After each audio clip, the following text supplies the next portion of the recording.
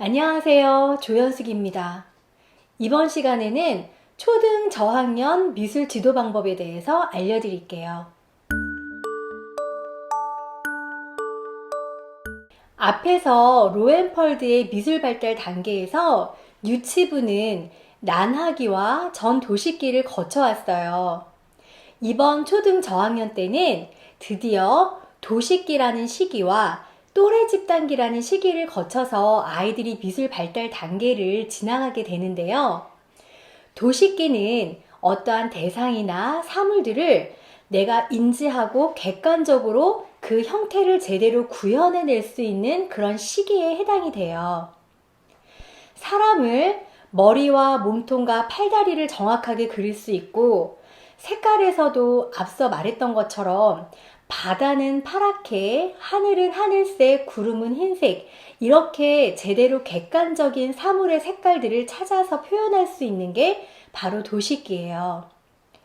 미술을 막 전공하지 않은 보통 일반 어른들에게 집을 그려보라 그러거나 나무를 그려보았을 때 일반적으로 세모 지붕에 네모 집을 그리거나 굴뚝을 그리고, 혹은 나무를 그릴 때 그냥 일반적으로 똑같은 나무를 그리는 경향이 있는데, 그런 것도 도식기 때 발현됐던 그런 것들이 무의식적으로 계속 남아있기 때문에 그런 그림들을 계속 본다고 생각하셔도 괜찮아요. 이때 아이들의 가장 큰 특징 중에 하나가 땅과 하늘을 구별하는 기저선이 나타난다는 건데요. 이 기저선이 나타난다는 거는 환경이라든지 이 공간에 대한 배경을 이해할 수 있는 시기라는 걸 의미해요. 그래서 스케치북의 맨 아래에서부터 과일 바구니를 그린다거나 사람을 붙여서 그리는 친구들이 초등학교에 들어오게 되면 여기에는 어떤 공간이 있어 라는 배경으로 기저선을 설명해 주시면 이때의 아이들은 그거를 잘 인지하고 이해하고 그림을 배경과 주제로 나누어서 멋있는 그림을 완성해서 그릴 수가 있어요. 어떠한 도식이 생기면서 각 사물에 대한 형태는 인지하기는 했지만 그런 사물들이 되게 객관적이거나 논리적으로 주제를 형성하고 있진 않아요. 막 구름 위에서 강아지가 뛰어논다거나 무지개를 타고 아이들이 내려오면서 굉장히 주관적인 상상에 의해서 아이들이 그려지기도 하는 그런 시기이기도 해요. 그래서 자기가 더 중요하다고 생각되는 부분을 더 크게 과장되게 그리거나 별로 자기가 인지하지 않았던 걸 생략하기도 하거나 굉장히 주관적인 느낌으로 그림을 완성해 가면서 상상력도 구현해내는 게 이 시기의 아이들에게 해당돼요. 또 하나 재미있는 특징은 보여지는 것보다 자기가 알고 있는 것들을 주관적으로 표현하기 때문에 사람 몸속에 겉으로는 보이지 않지만 심장이 있다는 것을 알게 되면 그림을 그리면서 이 겉으로 심장이 보이게 표현이 되기도 하고, 되게 사물들을 엑스레이식으로 표현하는 기법도 이때 재밌게 드러나기도 해요. 도식기를 지나오면 또래 집단기라는 시기에 접어들게 되는데요. 도식기가 조금 주관적이거나 상상적인 그림이 많았다면 또래 집단기는 이 또래 집단에 어울리기 위해서 좀 더 사실적이고 객관적이고 현실적인 그림을 굉장히 세부적으로 잘 그리는 그런 시기에 해당이 돼요. 그래서 그림을 좀 더 잘 그리게 해주기 위해서 형태라든지 비례, 구도, 그 다음에 사물의 그림자 같은 개념을 설명해 주시면서 조금 더 그림이 객관적으로 멋있어 보일 수 있도록 지도를 해주셔도 좋습니다. 도식기와 또래 집단기가 완전히 분리가 된 건 아니고 비슷한 시기에 같이 겹쳐서 오기도 하기 때문에 주관적인 도식기의 그림과 그 다음에 또래 집단기의 그런 현실적인 그림이 계속 반복적으로 사용이 되기도 한답니다. 이 시기에 미술학원에 오는 학생들 중에 굉장히 자신있게 재미있게 미술 수업을 하고 가는 친구들은 이제 걱정도 없고 문제도 없는데, 간혹 이 시기에 와서 저는 못 그려요, 못 하겠어요, 이렇게 이야기를 하면서 아무것도 시도하지 않으려는 친구들도 있더라고요. 그러면 선생님들이 굉장히 당황하시기도 하시더라고요. 그런 경우에 아이들은 대부분 주제가 어려워서 접근을 못하는 경우도 있지만 내가 이걸 할 수 있을까? 라는 걱정이 앞서는 친구들도 많아요. 어쩌면 그림을 그리다가 실패를 했거나 좌절을 맛본 친구들이 그 다음 학원에 와서 선생님이나 친구들 앞에서 그림 그리는 걸 하고 싶지 않아 하는 친구들이 많더라고요. 그럴 때 선생님은 가장 먼저 아주 쉬운 단계부터 이 아이가 할 수 있도록 이야기를 해주셔야 돼요. 얼마 전에 저희 학원에도 초등학교 1학년 남자친구가 새로 등원을 했는데 그 친구가 처음 온 달부터 저는 못해요, 하기 싫어요 이러면서 아무것도 시도를 하려고 하지 않는 거예요. 그래서 저는 이 친구가 제일 좋아하는 게 뭔지를 물어봤고 이 친구가 좋아하는 캐릭터를 프린트해 와서 먹지를 대고 그 위에 캐릭터 그림을 놓고 아이에게 한번 따라 그려 보도록 했어요. 따라 그리는 게 뭐가 도움이 되냐 이렇게 생각하시는 선생님이나 학부모님들, 원장 선생님들도 계시겠지만 솔직히 먹지 같은 건 실패할 수가 없는 활동이거든요. 아이가 자신감이 없을 때는 그렇게 성공할 수 있는 그런 계기를 마련해 주셔서 먹지를 대고 그렸지만 끝까지 그 위에다 색칠을 해준 것만으로도 이야, 이 캐릭터 진짜 멋지다, 야, 너 색칠 정말 잘했다 라고 칭찬을 해주면 이 아이가 상처받고 자신 없었던 마음에 조금씩 성취감과 자신감이 생기기 시작해요. 이렇게 아이들에게 자신감을 주면서 굉장히 쉬운 단계부터 더 첨가해서 완성할 수 있도록 이야기를 해주는 거예요. 저희는 먹지로 그려진 캐릭터 위에 매직을 사용해서 짧게 선을 그리면서 배경을 한번 완성해 보도록 했는데 아이가 자기가 좋아하는 색을 골라서 굉장히 짧은 선을 그려가면서 그 커다란 도화지 한 장을 꽉 채우는 모습을 봤어요. 저는 그 아이 그림을 예쁜 색재다 붙여서 어머니에게 보내드렸는데 그 아이도 학부모도 굉장히 좋아했고 저희 선생님들에게도 굉장히 의미있고 가치 있는 시간이 되어졌던 것 같아요. 아이들에게 내가 그렸는데 망치지 않고 성공했다는 자신감과 성취감을 주는 것도 중요하고 그런 경우에는 부모님에게 이러한 상황들을 이야기를 해드리는 것도 중요해요. 우리 아이가 이거를 따라 그렸네, 이거를 똑같이 그렸네 라는 생각으로 어머님들이 조금 잘못 오해를 하시는 경우도 있는데 이런 과정들과 이런 소통의 과정들을 어머니에게 이야기를 해드리면 어머니도 아이에 대한 상황이라든지 아이에 대한 이해 그리고 미술학원의 선생님에 대한 이해도 더 많이 잘 해주실 수가 있답니다.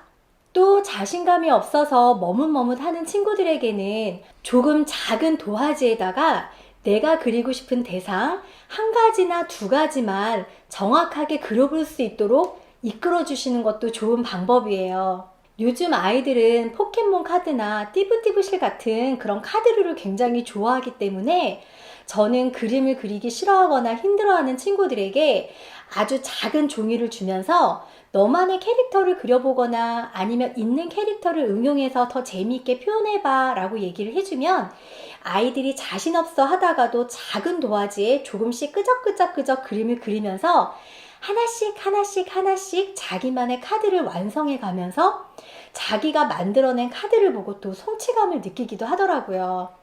그래서 늘 같은 8절지 혹은 4절지의 커다란 도화지보다는 조금 도화지의 크기를 줄여서 아이들이 쉽게 접근할 수 있는 주제로 아이들이 그림을 그려나갈 수 있도록 그래서 자신감을 가질 수 있도록 그렇게 선생님이 지도를 해주시는 게 좋아요.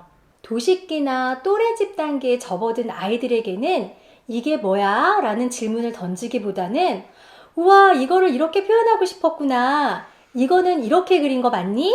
라면서 아이들이 그린 의도를 캐치해서 다시 질문해 주는 게 중요해요.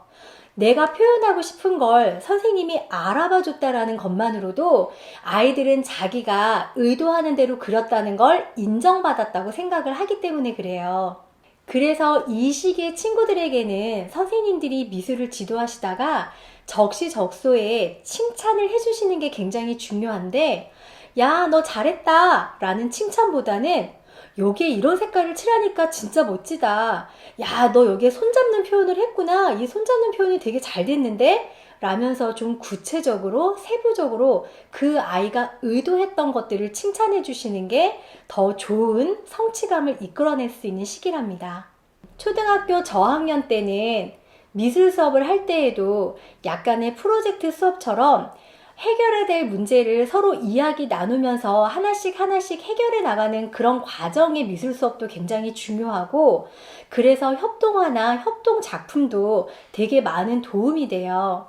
사물을 객관적으로 사실적으로 표현해 보고 싶은 시기이기 때문에 아이들에게 공간감이라든지 명암, 형태 이런 거에 대한 미술 기본 원리에 대한 설명을 잘 해주셔야 되고, 또한 감정을 표현할 수 있는 미술 활동도 이 시기에 많이 하면 좋은데요.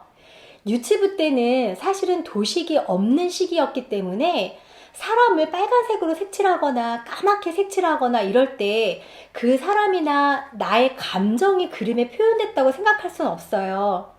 하지만 초등학교 저학년 때쯤 되면 어떤 색깔에 의미를 두고 자기의 정서와 감정을 표현할 수 있는 색을 쓰기 때문에 아이가 사용하는 색을 잘 관찰하시고 색에 대한 이야기도 많이 들려주시는 게 좋아요. 아이들이 미술 활동을 하면서 그림을 그리고 색깔을 선택해서 채색을 하는 과정 중에서도 아이들이 자기의 정서를 이해하고 감정을 이해하면서 그거를 표현할 수 있는 그런 시간이 되어질 수 있어요.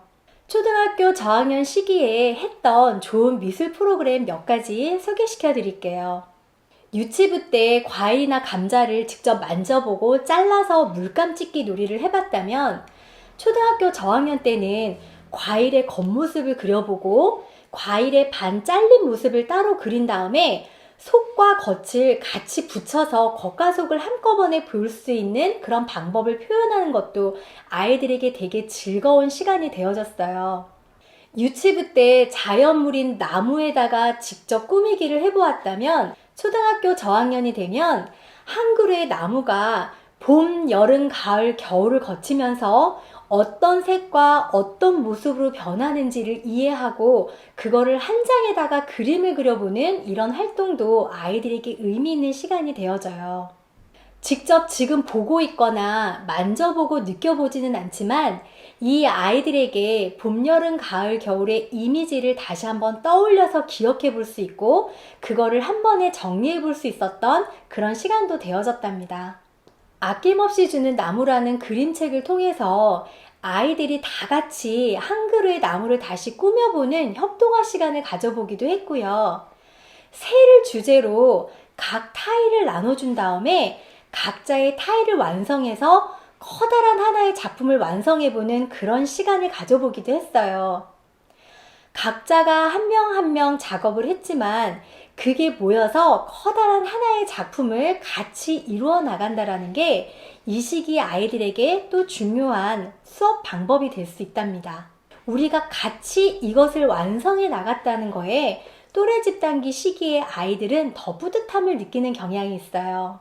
이 시기의 아이들에게 새로운 재료를 탐닉할 수 있도록 해주기 위해서 저는 슈링크스로 키링 만들기를 해보았는데요. 아이들이 자기가 직접 그려서 작게 만들어진 키링을 보면서 아이들에게 자랑도 하고 다니고 맨날 달고 다니면서 너무 좋아하더라고요. 또 집이나 학교에서는 해볼 수 없는 레진이라는 재료로 바다 만들기도 한번 해보았는데요. 액체와 액체를 1대1로 똑같이 섞었는데 그게 굳고 나면 플라스틱처럼 딱딱해지는 모습을 보면서 아이들이 정말 신기해하면서 이런 재료에 대한 그런 폭넓은 안목을 심어줄 수 있는 좋은 시간이 되어졌었어요. 아이들이 미술학원에 와서 그리기나 색종이 접기, 만들기 같은 거를 미술로만 생각하다가 실제로 키링을 만들어서 달고 다니거나 이렇게 플라스틱이 되는 새로운 재료들을 보고 또 다른 다양한 재료들을 미술학원에서 같이 수업을 하다 보면 세상을 보는 안목도 더 넓어지고 미술의 영역에 대한 관점도 굉장히 넓어질 수 있는 그런 시간이 되어질 수 있어요. 아이들의 발달 단계에 대해서 또 그 지도 방법에 대해서 간단히 알려드렸는데, 아이들의 발달 단계라는 건 딱딱딱 정해진 만큼 이루어지는 건 아니에요. 어떤 아이는 더 빠를 수도 있고 또 어떤 아이들은 발달 단계가 조금 느릴 수도 있어요. 그래서 아이들과 많은 소통을 하고 아이들이 그림 그리고 표현하는 것을 지켜보면서 그 아이의 발달 과정을 선생님이 인지하고 이해하고 아이와 같이 미술 수업을 하나하나 제대로 잘 해나갈 수 있는 게 더 중요한 것 같아요. 다음번에는 초등 고학년들의 발달 단계와 미술 지도 방법에 대해서 알려드릴게요.